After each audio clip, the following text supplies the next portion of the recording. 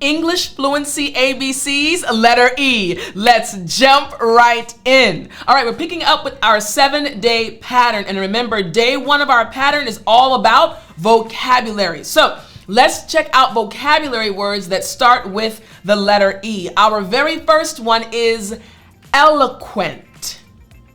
Again, eloquent. Last time after me. Eloquent. Great job. Now, this term eloquent just means fluent or persuasive in speaking or writing, or able to express ideas clearly and effectively. In English, we say eloquent. Check out these example sentences using this term. Number 1, her eloquent speech moved the audience to tears and inspired them to take action. Second, the novelist's eloquent descriptions transport readers to vivid and immersive worlds. And finally, despite being nervous, the young lawyer presented an eloquent defense that impressed the judge. You got it? Excellent. So again, eloquent. Good job. Our second vocabulary word is also very important. It can be a little tricky and you maybe have never heard this term before, but our second term is enigmatic. Yes, it can be a term maybe you've never heard before, but again, enigmatic. Yes, and this term actually kind of represents the way it sounds. Again, enigmatic. So this word, enigmatic, just means difficult to interpret or understand, mysterious or puzzling. Enigmatic. It's really hard to understand. It's mysterious. It's puzzling. Enigmatic. So check out these example sentences for this term. Our first sentence is, the artist's enigmatic smile has been the subject of debate among critics for decades. Kind of like the Mona Lisa, mysterious smile. Second, his enigmatic response left everyone wondering what he really meant. And finally, the enigmatic ending of the film generated numerous theories among fans. You got it? Excellent. So again, our second vocabulary word is enigmatic. Now, our third vocabulary word is a great one, and I feel like this one connects to me a lot. The word is emphatic. Emphatic. What do you hear? Again, emphatic.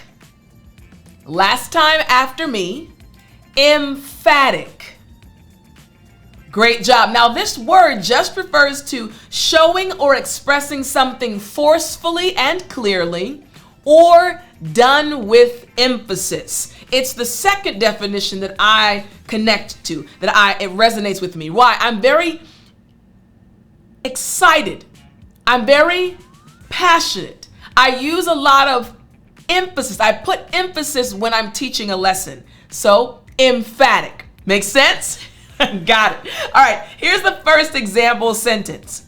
The CEO was emphatic about the company's commitment to reducing its carbon footprint. Next, her emphatic denial of the allegations left no room for doubt about her position. And finally, the team's emphatic victory in the final match secured their championship title. So again, emphatic. Great job. All right, so we've completed day number 1 of our 7-day pattern, and now we're moving to day number 2 of our 7-day pattern. Again, helping you get to English fluency. Our second day is all about expressions that start with the letter E. I want us to look at this first expression. The first expression is, every cloud has a silver lining. Every cloud has a silver lining. Last time after me. Every cloud has a silver lining. Great job. Now, this expression just refers to Even in bad situations, there is usually something good or positive that can come from it. Yes, things look bad. Yes, there's been bad things that have happened to you, but something positive can come out of it. Every cloud has a silver lining. Here's the first example sentence. After losing his job, he found time to start the business he'd always dreamed of. Every cloud has a silver lining. Next, we have this example sentence. The pandemic was terrible, but every cloud has a silver lining. And finally, the flight delay was frustrating, but every cloud has a silver lining. You got it? Excellent. All right. Now we're moving to our next expression, another important one. Our next expression is eat your words. Again, eat your words. Last time after me. Eat your words. Great job. Now this means to admit that something you said was wrong, or to retract a statement or an opinion. Again, to admit that, hey, what I said was wrong, I take that back. Eat your words. Here's the first example sentence. She had to eat her words when the candidate she criticized ended up implementing successful policies. Next, after claiming the project would fail, he had to eat his words when it exceeded all expectations. And finally, I told my brother his business idea would never work. But now that he's successful, I'm eating my words, taking back what I said. Make sense? Excellent. All right. Now we move to our third expression. Again, using the letter E, following our 7-day pattern, we have a third expression. The third expression is easy come, easy go. Again, easy come, easy go. This is a very popular expression. Again, easy come, easy go. So this expression literally just refers to money or possessions that are acquired easily or unexpectedly. And when that happens, they're often spent or lost just as easily without much concern. You get the money quickly and it goes away quickly. Easy come, easy go. Here's the first example sentence. He won $500 at the casino and spent it all the next day on electronics. Easy come, easy go. Next, we have this sentence. I don't worry too much about the freelance income. Easy come, easy go. But I'm careful with my regular salary. And finally, she treats her bonus checks with the attitude of easy come, easy go, often using them for spontaneous vacations. You got it? Yes. So again, easy come, easy go. Now we're moving to day 3 of our 7-day pattern, and day 3 is all about idioms. Again, we're diving into English idioms that start with the letter E. But before we get to the idioms, don't forget, this series is being brought to you by my course, the 365-day English study plan, where each day of the year I'll provide you with a lesson to help you on your English journey. If you want to enroll in the course, go to speakenglishwithtiffani.com/365 plan. Again, speakenglishwithtiffani.com/365 plan. Now it's time for us to get into the very first idiom that starts with the letter E. We have eagle-eyed. Eagle-eyed. One more time after me. Eagle-eyed. Excellent. Now, this idiom just refers to having very keen insight, eyesight, or extremely observant and able to notice small details. I think I have an eagle eye, to be very honest. I notice the small details and I'm very observant. An eagle eye, again, having very keen eyesight and extremely observant. Here's the first example sentence using this idiom. The eagle-eyed editor caught several obscure grammar errors that everyone else had missed. Next, it was an eagle-eyed customer who noticed the discrepancy in the bill before paying. And finally, nothing escapes my grandmother's eagle-eyed attention when it comes to changes in her home. So again, our first idiom, eagle-eyed. Our second idiom is another good one. The second idiom involves situations where people are having some issues and they're not necessarily discussing them openly. Our second idiom is elephant in the room. Once again, listen closely. Elephant in the room. Last time now after me. Elephant in the room. Great job. Now, this idiom refers to an obvious problem or difficult situation that people, as I mentioned before, do not want to talk about or acknowledge. They're kind of going or beating around the bush. Remember our previous lesson? Again, an obvious problem for elephant in the room is an obvious problem or difficult situation that people do not want to talk about or acknowledge. Here's the first example sentence. No one mentioned his obvious drinking problem during the family gathering. It was the elephant in the room. Next, the company's declining sales figures were the elephant in the room during the otherwise positive annual meeting. And finally, we need to address the elephant in the room. Our project is significantly behind schedule and over budget. You got it? Excellent. All right, now we're moving to our third idiom. Our third idiom is one that is very important and used, just like the previous ones, a lot in everyday life by native English speakers. Our third idiom that starts with the letter E is 11th hour. 11th hour. Now, this is dealing with something very important. 11th hour. I want you to repeat after me one last time. 11th hour.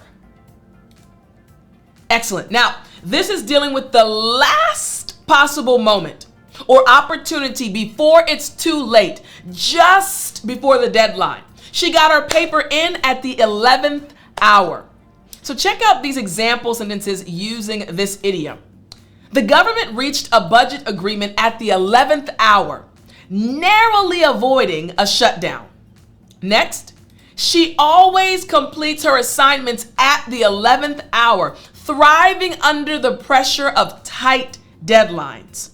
And finally, the company was saved from bankruptcy by an 11th hour investment from an unexpected source. Again, 11th hour.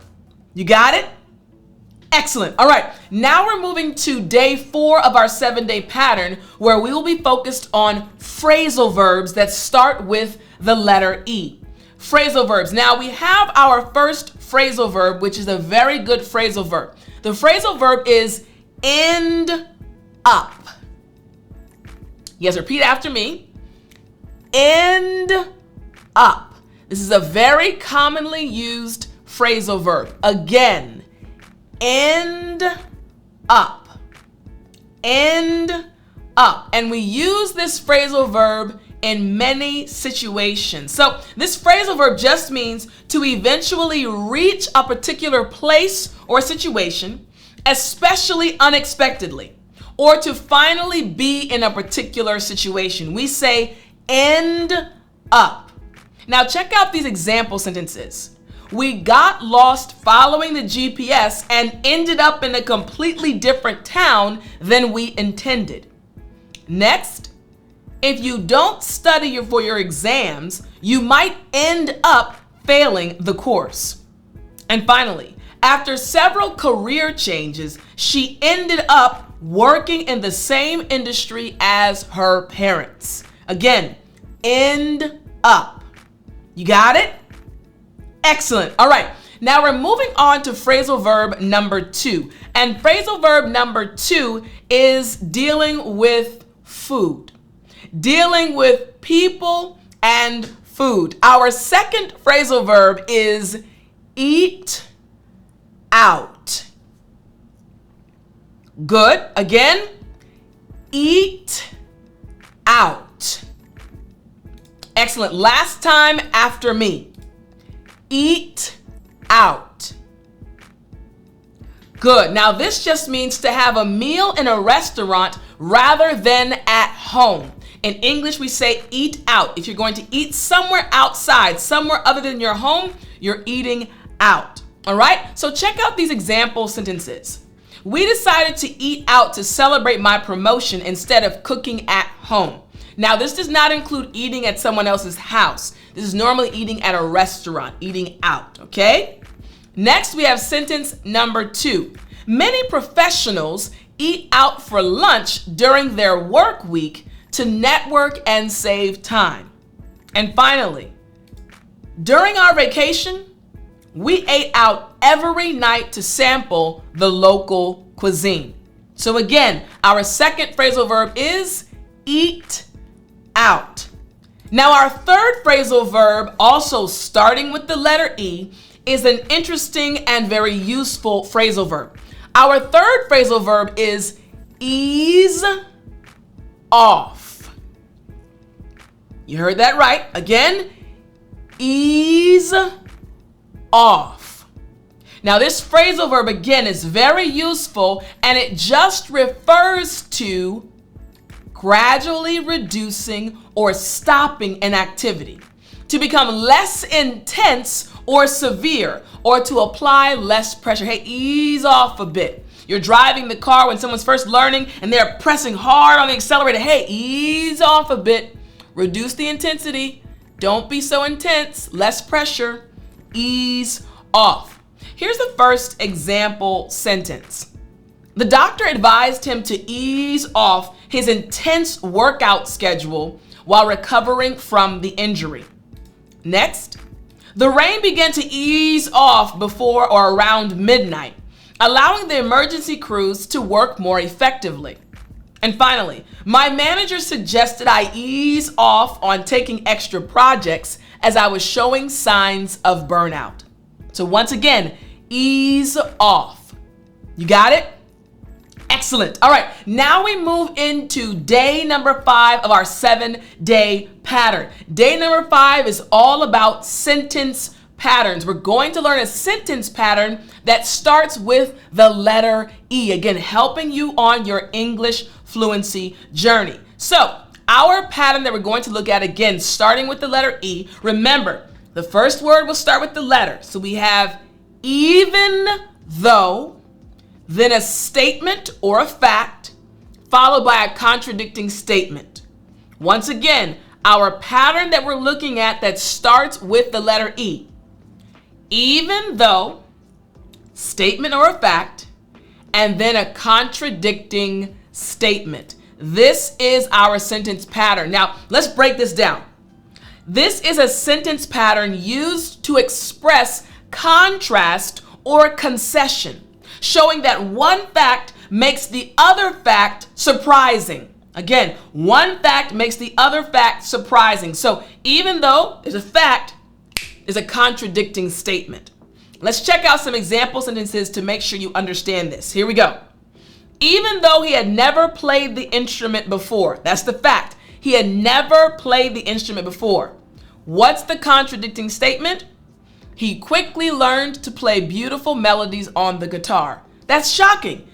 He never played before, but yet he's able to play beautiful melodies. That's shocking. Contrasting or contradicting statement. Again, even though he had never played the instrument before, he quickly learned to play beautiful melodies on the guitar. Our second sentence. Even though it was raining heavily, they decided to continue with their outdoor wedding plans. That's shocking. There's rain. It's going to mess up your wedding pictures. But they decided to continue and proceed forward. And finally, even though she speaks 5 languages fluently, she still struggles with basic phrases in Mandarin. It's shocking. You think she's a polyglot. Wait a minute, you speak 5 languages. Why are you struggling with Mandarin? That's where the shocking point is. Again, even though she speaks 5 languages fluently, she struggles with basic phrases in Mandarin. You got it? Excellent. So we have our sentence pattern, and now we move to day number 6 of our 7-day pattern. Day number 6 is all about American culture. Remember, I always emphasize, in order for you to speak English fluently, each aspect of the 7-day pattern must be included in your study plan. And you must focus on American culture because you'll understand how Americans think, and that will lead to you speaking better. So, the letter E, American culture, starting with the letter E. We have the education system. The education system, and I really want to break this one down because this one hit me when I was teaching in South Korea. So, education system. The distinctive American education structure and approach that emphasizes broad liberal arts education, extracurricular activities, and diverse educational pathways. When I was teaching in South Korea, that's when I realized, oh, we learn differently. Our education systems are very different, right? Even when I started studying Korean, and I started studying at a university in Korea for my master's degree. In America, we are focused on a broad spectrum, right? Neither one is better than the other. It's just different. This is why it's so important to understand culture. Now, how does this affect you and your learning of the English language and being able to speak English fluently? Let me continue. Here's the first point. American higher education typically follows a 4-year bachelor's degree model with emphasis on general education requirements alongside major specific courses, promoting well-rounded knowledge across various disciplines. Think about it. When it comes to English fluency, my job as your English teacher is to help you be a well-rounded English speaker. Why? That's literally how I learned. That's literally a part of American culture, our education system. You have to be well-rounded, know a little bit about many different topics, so no matter what the topic is in a conversation, you can join in. It starts at the education system. Next, another important point. The American college experience often integrates academics with campus life, sports teams, Greek organizations, and clubs, reflecting the cultural value placed on developing social skills and leadership alongside intellectual growth.